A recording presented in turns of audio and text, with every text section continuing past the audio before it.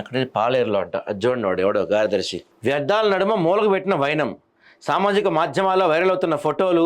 జిల్లా కలెక్టర్ ముజ్మిల్ ఖాన్ చర్యలు తీసుకోవాలి.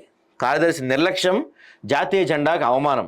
గ్రామ పంచాయతీ సాక్షిగా జాతీయ జెండాకు అవమానం జరిగిన సంఘటన ఖమ్మం రూరల్ మండలంలో ఆలస్యంగా వెలుగు చూసింది. వివరాల్లోకి వెళ్తే మండలంలోని గోళ్లపాడు గ్రామ పంచాయతీ కార్యాలయంలో జనవరి 26 గణతంత్ర దినోత్సవం రోజున ఎగరవేసిన జాతీయ జెండాను ఆవర్తనం చేయకుండానే కార్యదర్శి నిర్లక్ష్యంగా వ్యవహరించారు.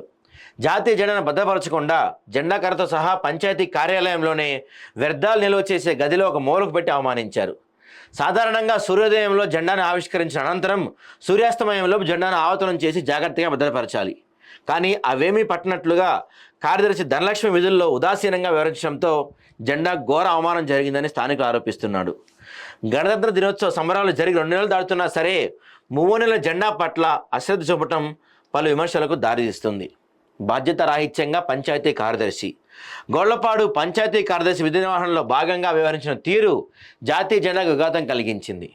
భారతీయులు అందరూ గౌరవించుకునే జాతీయ జెండాను దేశభక్తితో చూడాల్సింది పోయి అలసత్వం ప్రదర్శించడంపై స్థానికులు జాతీయవాదులు మండిపడుతున్నారు. గ్రేడ్ 4 కార్యదర్శిగా విధులు నిర్వర్తిస్తున్న ధనలక్ష్మి బాధ్యతారాహిత్యంగా వ్యవహరించడంపై మండల ప్రజలు ఆగ్రహం వ్యక్తం చేస్తున్నారు. ఈ సంఘటనపై జిల్లా కలెక్టర్ ముజ్మిల్ ఖాన్, డిపిఓ ఆశాలత తక్షణమే విచారణ జరిపించి సదరు మహిళా కార్యదర్శిపై క్రమశిక్షణ చర్యలు తీసుకోవాలని గ్రామస్తులు, ప్రజా సంఘాల నాయకులు కోరుతున్నారు. ఏంటండి చెప్పే వరకు చూసుకోరా.